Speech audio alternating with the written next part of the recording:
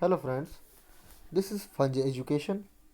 दोस्तों, आज हम टीजीटी साइंस में केमिस्ट्री के जो तत्वों के आवर्ती वर्गीकरण के बारे में, उसके बाद जो है आधुनिक आवर्त सारणी के बारे में चर्चा करेंगे, जिसके जन्मदाता जो हैं वो हेनरी मोजले हैं। मोजले ने ही जो है आधुनिक आवर्त सारणी को बताया था। मेंडेलीव के बाद यही आए थे। तो मोजले ने सर्वप्रथम क्या बताया कि जो एक्स किरणें होती हैं उनका स्पेक्ट्रम, ठीक है, एक्स किरणें जो एक स्पेक्ट्रम पैदा करती हैं वो उसमें क्या होती है, समानता और नियमितता दोनों पाई जाती है। ठीक है, यक्स किरण का जो होता है आवर्ती के वर्गमूल तथा तत्वों के परमाणु क्रमांक के मध्य अगर ग्राफ खींचा जाए तो वह सरल रेखा प्राप्त होती है। ठीक है, तो ये जो आवर्ती वर्ग ये है आवर्ती, उसका जो है वी या म्यू उसको कह सकते हैं। ठीक है, उसका वर्गमूल जो होता है वो a into z minus b, जहाँ ए बी जो है वो नियतांक है, ये इनके मध्य इक्वेशन बनता है। और इनके मध्य अगर क्या खींचा जाए, ग्राफ खींचा जाए, तो वो सरल रेखा प्राप्त होती है। इस प्रयोग के आधार पर मोजले ने एक नियम दिया जिसे मोजले का आवर्ती नियम कहते हैं। इस नियम के अनुसार तत्वों के भौतिक एवं रासायनिक गुण उनके परमाणु क्रमांक के आवर्ती फलन होते हैं। जो उनका परमाणु क्रमांक होता है यानी Z, उनके आवर्ती फलन होते हैं। ठीक है, उनके गुण, अर्थात यदि तत्वों को परमाणु क्रमांक के वृद्धि क्रम में व्यवस्थित किया जाता है तो निश्चित अंतराल के बाद समान गुण वाले तत्व की पुनरावृत्ति होती है। ठीक है, उन्होंने क्या किया था, इससे पहले लोग आए जो जो है जो साइंटिस्ट आए, उन्होंने परमाणु भार को माना, लेकिन इन्होंने क्या किया, परमाणु क्रमांक को रखा। परमाणु क्रमांक को रखने से इनको जो है ये चीज़ें क्लियर हो गई कि अगर उसको रखा जाए तो एक निश्चित अंतराल बाद समान गुण वाले, ठीक है, जिनकी भौतिक और रासायनिक ज़्यादातर सिमिलर हैं, वो अपने आप उसी ग्रुप में आ रहे हैं। ठीक है, यानी उसी तत्वों की, समान गुणों वाली तत्वों की पुनरावृत्ति हो रही है। अब इनकी आवर्त सारणी में क्या क्या कितने थे आइए देखते हैं। आवर्त सारणी में इनके आवर्त पहले हम देखते हैं। आवर्त आवर्त जो मुख्य क्वांटम संख्या यानी n को प्रदर्शित करते हैं उन्हीं को आवर्त कहा गया। ठीक है, फिर वर्ग और समूह, इसमें इनके थे 18 वर्ग थे। इसमें से 1 से 1 से 18 थे। 18वें वर्ग को इन्होंने क्या कहा, शून्य वर्ग भी कहा है। ठीक है, 18 वर्ग यानी शून्य वर्ग भी। आगे चलते हैं। आधुनिक आवर्त सारणी में समस्थानिकों, इन्होंने क्या किया कि आधुनिक जो आवर्त सारणी मोजले ने बनाई उसमें समस्थानिकों की स्थिति भी समस्या हल हो गई। ठीक है, और इलेक्ट्रॉनिक विन्यास समान होने के पर गुणों में समानता होती है, अतः समान गुण वाले एक ही वर्ग में आ जाते हैं। अब इनका जो है, अब कुछ ऐसे जो होते थे जिनका नामनक्लेचर नहीं हो पा रहा था, तो उनका उन्होंने आईपीएससी नेम के से कैसे उनको नामनक्लेचर किया जाए उसके बारे में है। अगर ज़ीरो, किसी भी परमाणु क्रमांक में अगर ज़ीरो आता है तो उसको हम नील कहेंगे। ठीक है, 1 आता है तो अन कहेंगे, 2 तो बाई, 3 तो ट्राई और 4 को क्वाड कहेंगे, 5 को पेंट, 6 को हेक्स, 7 को हेप्ट, 8 को ऑक्ट कहेंगे और 9 को इन कहेंगे। ठीक है, जैसे z इज इक्वल टू अगर 115 है तो पहला है अन, 1 को अन कहते हैं, फिर 1 है तो अन अन ये हो गया, फिर 5 है तो पेंटियम, ठीक है, यू यू पी इसका नाम हो गया, फिर 107 तो अन, फिर नील, फिर 7 है सेप्टियम, अनिल सेप्टियम ये हो गया। जेड है, जेड अगर 113 है यानी 113 है तो अन अन ट्रियम हो गया। ठीक है, यू यू टी, ये 118 आया उसके जो है 100 पहले ये कि बाद में जिसका जिसका नामनक्लेचर नहीं समझ में आया उन्होंने ये रूल बनाया कि ऐसे हम किसी का नामनक्लेचर बना सकते हैं, आईपीएससी नाम बना सकते हैं। ठीक है, आइए चलते हैं तत्वों के वर्गीकरण, इनके s block, b block, p block और डी और एफ ब्लॉक के तत्वों को देखते हैं, इन्होंने कैसे वर्गीकृत किया। एस ब्लॉक, एस खंड के तत्व यानी एस ब्लॉक के तत्व, पहला है वे तत्व, क्या होता था, जिसमें अंतिम इलेक्ट्रॉन एस उपकोष में भरा जाता है, वो एस कोष के यानी एस खंड के तत्व कहलाते हैं। इनका सामान्य इलेक्ट्रॉनिक विन्यास एन एस 1 से 2 होता है, यानी इलेक्ट्रॉनों की मिनिमम संख्या 1 है और मैक्सिमम जो है 2 है।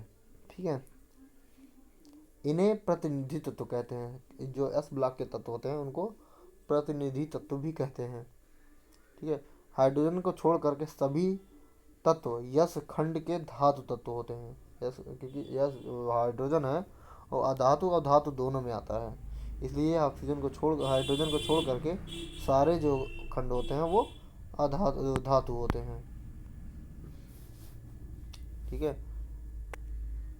ठोस और तथा क्रिस्टलीय, ये जो होते हैं ये वाले यानी एस ग्रुप वाले यानी एस ब्लॉक के तत्व जो होते हैं ठोस होते हैं तथा क्रिस्टलीय होते हैं, और इनकी अगर इनको काटा जाए बीच में से तो इनकी जो सतह होती है वो चमकीली होती है।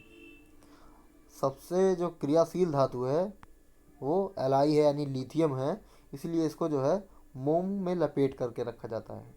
और इसी के समकक्ष जो है वो सोडियम, सोडियम भी इतना ज्वलनशील होता है कि इसको कैरोसिन में रखा जाता है, नहीं तो जो है एयर में भी ये आग लगा देगा। ठीक है, अब यहाँ देख लेते हैं, ये देखिए हमारा फर्स्ट ए का जो ग्रुप है उसमें है हाइड्रोजन, फिर lithium, sodium, potassium, rubidium, caesium और फ्रांसियम, ये है। सेकंड ए में बेरियम, ठीक है, बेरियम है, मैग्नीशियम है, कैल्शियम है, स्ट्रांसियम है और बेरिलियम है और रुबिडियम है, रेडियम, सॉरी रुबिडियम नहीं रेडियम है। ठीक है, पहला जो फर्स्ट ए आता है उसको हम क्षारीय धातु कहेंगे और सेकंड ए जो है वो क्षारीय मृदा धातु है। स्थिति के आधार पर अगर देखा जाए यस में तो 13 तत्व हैं। ठीक है, स्थिति के आधार पे अगर एस ब्लॉक में तत्वों की संख्या देखा जाए तो 13 है, और गुणों के आधार पे 12, क्योंकि ऑक्सीजन हाइड्रोजन को हम छोड़ देते हैं गुणों के, क्योंकि सारे गुण इनके मिलते नहीं हैं एच से। ठीक है, इसलिए इसको छोड़ देते हैं। इलेक्ट्रॉनिक विन्यास के आधार पर ये 14 हो जाते हैं। ठीक है, क्यों, क्योंकि एक हीलियम जो आ जाता है उसमें भी हीलियम के बाहरी जो कोश में है वो 2 इलेक्ट्रॉन है और वो भी यस के, तो वो भी यस ब्लॉक के तत्व माने जाते हैं। ठीक है, अगर इलेक्ट्रॉनिक कॉन्फ़िगरेशन के हिसाब से देखा जाए, ये जो दोनों नीचे वाले हैं फ्रांसियम एंड रेडियम, तो ये जो है हमारे ये रेडियोधर्मी तत्व हैं, क्योंकि ये रेडियो एक्टिविटी दिखाते हैं। अगर वर्ग में, वर्ग जो है यही वर्ग होता है ऊपर से नीचे का, अगर वर्ग में ऊपर से नीचे आते हैं ऐसे करके तो क्या होता है, धात्विक गुण जो है बढ़ता है। ठीक है, क्षारीय धातुओं यानी Za और क्षारीय मृदा धातुओं से अधिक धात्विक गुण रखते हैं। ठीक है, जो क्षारीय धातु हैं यानी ये वाले इस साइड वाले, ठीक है, ये क्षारीय मृदा धातु तत्वों से अधिक धात्विक गुण रखते हैं। ठीक है, क्षारीय धातुओं का आकार अपने अपने आवर्त में सबसे बड़ा होता है। अगर आवर्त में देखा जाए, आवर्त ये हो जाते हैं। ठीक है, तो अगर आवर्त में देखा जाए तो सबसे बड़ा इन्हीं का आकार होता है। ठीक है, क्षारीय धातुओं का, और तथा इनकी आयनन ऊर्जा कम होती है। इनका जिसका आकार बड़ा होगा उसकी आयनन ऊर्जा कम होगी। आगे चलते हैं। पी ब्लॉक एलिमेंट, वे तत्व जिनका अंतिम इलेक्ट्रॉन पी उपकोष में भरा जाता है। ठीक है, पी खंड के इलेक्ट्रॉन कहे जाते हैं। सामान्य इलेक्ट्रॉनिक कॉन्फ़िगरेशन इसका जो है NS2 NP1 से 6 तक होता है, 13 से 18 वर्ग, या थर्ड ए या थर्ड ए से लेकर के 7A तक शून्य वर्ग के साथ यानी 18वें वर्ग के साथ तत्व पी खंड के तत्व होते हैं। ठीक है, जैसे यहाँ देखिए बनाया गया है, 18वां ही शून्य तत्व है और बाकी जितने 12 13 से स्टार्टिंग है 18 तक। इस खंड के जो इस खंड में धातु, अधातु व उपधातु तीनों प्रकार के तत्व पाए जाते हैं। यानी पी ग्रुप के जो एलिमेंट हैं ये, इसमें तीनों गुण पाए जाते हैं, धातु, अधातु और उपधातु।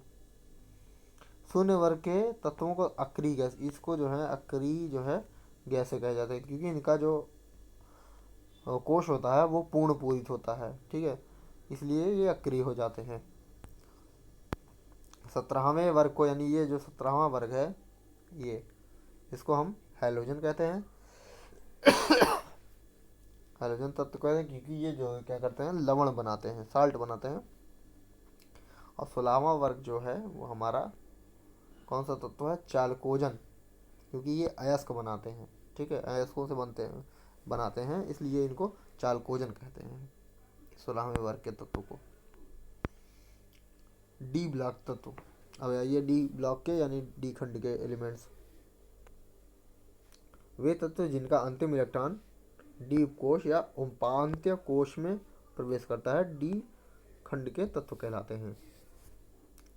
सामान्य इलेक्ट्रॉनिक विन्यास जो इनका होता था n-1 डी 1 से 10 तक इलेक्ट्रॉन, और NS 1 से 2 तक होता है। इसमें जो है डी में 1 से लेकर के 10 तक, यानी 10 इलेक्ट्रॉन आ जाएंगे, ठीक है। और इसमें जो है 1 से 2 तक, इन्हें जो होता है कहते हैं संक्रमण तत्व कहते हैं, क्योंकि इनका जो डी होता है वो अपूर्ण होता है, परंतु जैसे इसमें क्या है Zn, Cd और Hg में डी कोश पूर्ण पूरित होता है, अतः इन्हें संक्रमण तत्व नहीं कहते हैं। यही जो हैं जो संक्रमण तत्व नहीं कहे जाते हैं Zn, Cd और Hg में, बाकी सबको वो कहते हैं संक्रमण तत्व। डी में क्या होता है, 3 से 12 वर्ग या थर्ड बी और सेकंड बी वर्ग तथा 4 और 7 वर्ग में होता है, आवर्त में होता है, ठीक है। ये 3D श्रेणी, ये है स्कैंडियम और Zn। फिर 4D में आ जाता है क्या है, कौन सा तत्व है, कैडमियम है, और ये जो है वाई, ये ईडियम है, इरीडियम। और जो है 5D श्रेणी में लैंथेनाइड और HF है, और Hg भी है। और 5D में ये आर्सेनिक है शायद, हाँ आर्सेनिक है, और क्वेड्रियम, और ये है अनबाइयम, ऐसे कुछ है, तो ठीक है, बाइयम, और ये अनिल क्वाडियम ये है, ठीक है। ये सभी जो है, इनमें क्या होता है, डी जो ब्लॉक के तत्व हैं इनमें परिवर्तनशील ऑक्सीकरण अवस्था तथा चुंबकीय गुण और उत्प्रेरकी गुणधर्म और अंतराकाशीय यौगिकों का निर्माण आदि जैसे गुण होते हैं। जैसे उत्प्रेरक का काम करने वाले भी यही होते हैं ज़्यादातर, यही होते हैं जो उत्प्रेरक के रूप में कार्य करते हैं।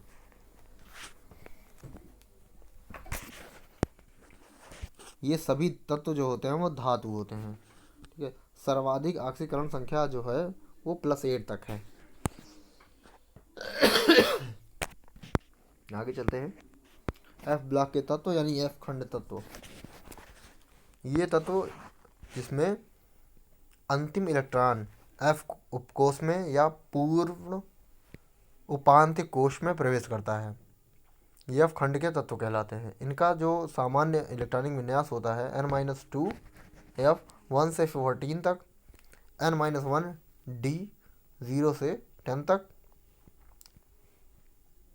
और NS2 ये होता है 1 यानी 1 से 2 तक। ये संक्रमण तत्वों के मध्य होते हैं, इसीलिए इनको आंतरिक संक्रमण तत्व भी कहते हैं। वर्ग 3 या थर्ड बी तथा आवर्त 6 और 7 के तत्व एफ खंड के तत्व कहलाते हैं। 4F श्रेणी जो लैंथेनाइड श्रेणी कही जाती है, ठीक है, ये 58 CE और 71 LU ये होते हैं। और 5F होते हैं श्रेणी, वो एक्टिनाइड श्रेणी होती है जो स्टार्ट होती है 90 थोरियम से लेकर के 103 LR से। फिर आगे चलते हैं 5 एफ जो लैंथेनाइड एक्टिनाइड श्रेणी है वो रेडियो सक्रिय श्रेणियाँ हैं, इसमें से रेडियो सक्रिय हैं। लेकिन 92 यूरेनियम के बाद जो है आने वाले जो तत्व हैं उनको हम परा यूरेनियम तत्व कहते हैं। आगे चलते हैं। सभी लैंथेनाइड तथा एक्टेनाइड जो है वो तत्व धातु होते हैं जिनकी मुख्य ऑक्सीकरण संख्या जो होती है वो +3 होती है। लैंथेनाइड तत्वों से बने मिश्र धातुओं को मिश्र धातु कहते हैं। ठीक है, इसमें जो है 95% सीरियम होता है जिसका उपयोग बंदूक की गोली बनाने में, जेट के कलपुर्जे बनाने में, जेट इंजन जो होती हैं उनके कलपुर्जे बनाने में किया जाता है। अब आगे चलते हैं। आवर्त और वर्ग कैसे ज्ञात करें। पहले उसका किसी भी जो भी तत्व लिखना है उसका आवर्त ज्ञात करना है तो पहले उसके इलेक्ट्रॉनिक कॉन्फ़िगरेशन लिखेंगे। ठीक है, उसके बाद क्या करेंगे, उसका जो अधिकतम जहाँ इलेक्ट्रॉन होगा, ठीक है, अधिकतम मुख्य क्वांटम संख्या यानी n, ठीक है, n ही यानी जो मुख्य क्वांटम संख्या का मान होगा वही आवर्त होता है। ठीक है, वर्ग के लिए अगर s खंड है तो बाह्यतम कोश का इलेक्ट्रॉन जितना है वही वर्ग हो जाएगा। ठीक है, फिर आगे चलते हैं। पी खंड में NS और NP जो हैं उनको जोड़ करके +10 कर देते हैं तो आ जाएगा इसमें, यानी बाह्यतम कोश में इलेक्ट्रॉन NS लास्ट में और NP में। फिर D में NS और N-1 D में जितने इलेक्ट्रॉन है उतना उसको ऐड कर देंगे, आ जाएगा। फिर F में थर्ड B, ये अकेला होता है F खंड के जो थर्ड B में ही है, इनको याद करने की ज़रूरत नहीं है, आप ऐसे याद कर लीजिए, बस ज्ञात नहीं कर सकते हैं क्योंकि वो डायरेक्ट ऐसे दिया ही है, थर्ड बी में ही है ये। जैसे Zn है, Zn का जो परमाणु क्रमांक होता है वो 25 होता है, तो इसका इलेक्ट्रॉनिक कॉन्फ़िगरेशन करते हैं तो 1s2 2s2 2p6 3s2, ठीक है, 3s2 3p6 4s2 और 3d5। तो जो लास्ट है हमारा वो 4s2 है, यानी मैक्सिमम जो है इलेक्ट्रॉन 4s में है, तो आवर्त इसका 4 हो जाएगा और s ब्लॉक के तत्व हो जाएंगे। ठीक है, नहीं नहीं, s ब्लॉक के नहीं, 4s का हो जाएगा, 4 इसका आवर्त हो जाएगा। वर्ग जो है वो 2 इलेक्ट्रॉन इसके और लास्ट इन दोनों के डी के दोनों इलेक्ट्रॉन जोड़ दिया जाएगा तो 2 and 5 ये 7 वर्ग का आ जाएगा, यानी 7वां वर्ग का आ जाएगा। और ये एलिमेंट है डी एलिमेंट, क्योंकि वो 4 इसके बाद, क्योंकि इसका जो लास्ट जो कोश है वो डी कोश है, इसलिए जो है खंड डी ब्लॉक के तत्व हो जाएंगे। आगे चलते हैं। तत्वों के गुणों में आवर्तिता। आवर्त में या वर्ग में तत्वों के गुणों की जो क्रमिक परिवर्तन ही आवर्तिता कहलाती है। ठीक है, परमाणु आकार व त्रिज्या, नाभिक तथा बाह्यतम कोश के इलेक्ट्रॉनों के मध्य की दूरी, अगर ये नाभिक है, ठीक है, ये नाभिक है, इनके किनारे अगर इलेक्ट्रॉन है, इनके बीच की जो दूरी होगी, यानी इलेक्ट्रॉन और नाभिक के बीच की जो दूरी होगी वही जो है त्रिज्या होगी, और वो भी उदासीन परमाणु होगी। ठीक है, परमाणु में इलेक्ट्रॉन की कोई निश्चित सीमा नहीं होती, अतः हम परमाणु की त्रिज्या का निरपेक्ष मान नहीं ज्ञात कर सकते।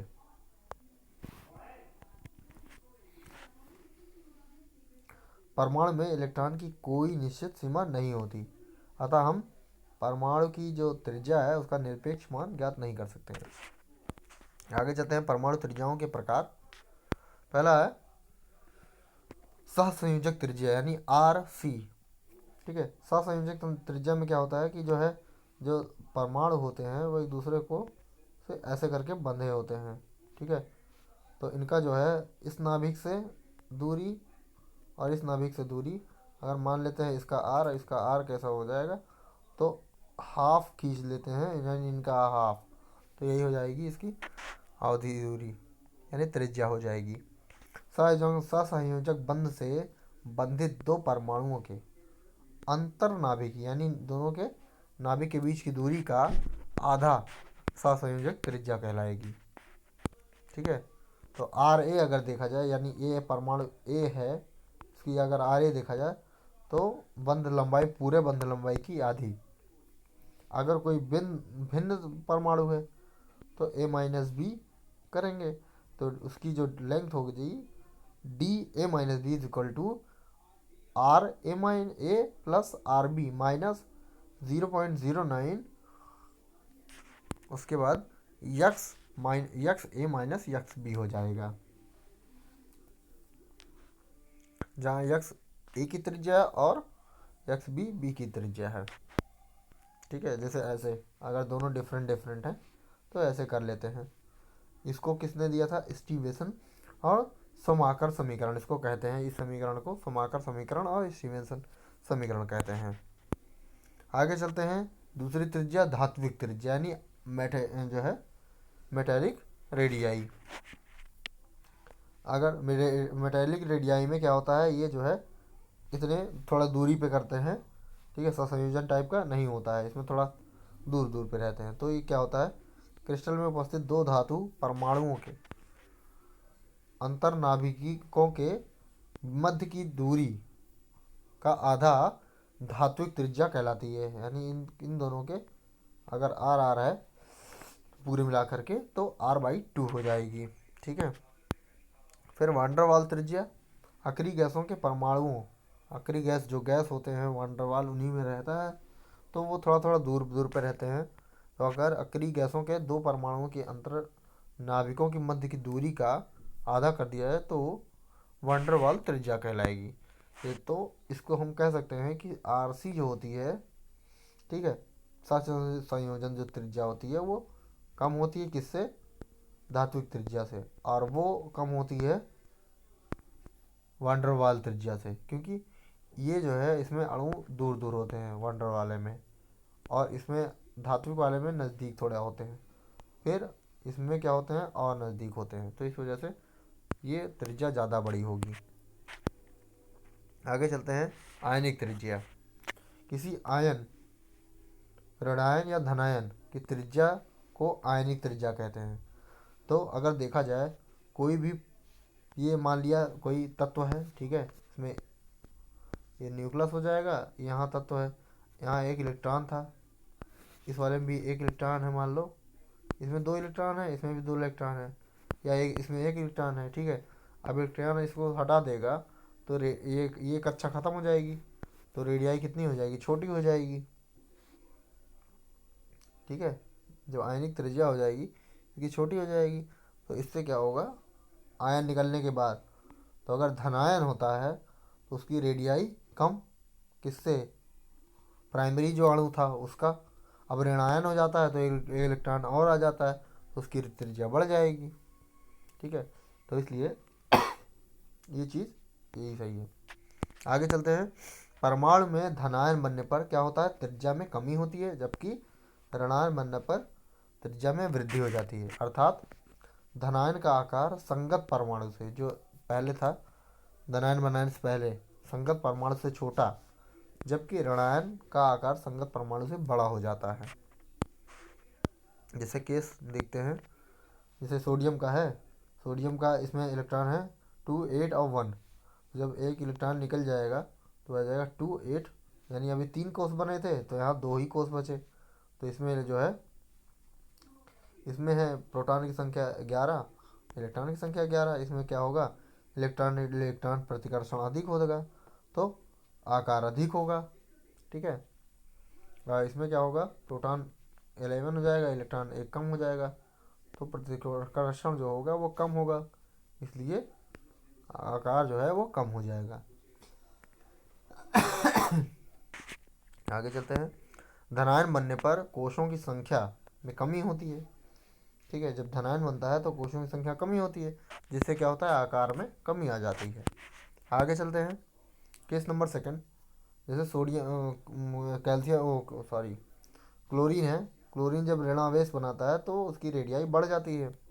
ठीक है, जैसे इसमें इलेक्ट्रॉनों प्रोटॉनों की संख्या 17 तो थी, इसमें भी 17 है, लेकिन जब नॉर्मल ये जो प्राइमरी अणु है परमाणु, इसमें 17 इलेक्ट्रॉन है। जब ये ऋणावेश बन गया तो ये 18 आ गया। यहाँ जो है प्रतिकर्षण इलेक्ट्रॉनों के बीच में कम था, तो आकार कम। ठीक है, यहाँ प्रतिकर्षण अधिक तो आकार अधिक हो गया।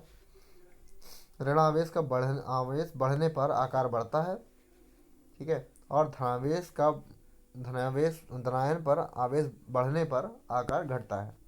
जैसे यहाँ जो है अगर Fe2+ है तो उसका आकार ज़्यादा होगा Fe3+ से। इसको हम ये भी कह सकते हैं सोडियम का जो, अगर सोडियम प्लस है ये सबसे बड़ा होगा किससे, मैग्नीशियम से, क्योंकि इसमें 2 इलेक्ट्रॉन निकल गए हैं। फिर एल्युमिनियम से भी आगे बढ़ा रहेगा, और SI से भी, ऐसे ये क्रम बनता है। फिर इसमें फ्लोरीन में देखते हैं, फ्लोरीन O2 और O-2 और N-3 और C-4। अगर इसका देखा जाए तो C का सबसे ज़्यादा हुआ है। आगे चलते हैं। किसी भी परमाणु का आकार दो कारकों पर निर्भर करता है। पहला है इफेक्टिव Z, यानी Z इफेक्टिव, इसको कहते हैं प्रभावी नाभिकीय आवेश, और परीक्षण प्रभाव, दो चीज़ों पर। ठीक है, ओके फ्रेंड्स, अगले वीडियो में नेक्स्ट टॉपिक है, यानी इसी संबंधी हम टॉपिक देखेंगे। तब तक के लिए नमस्कार।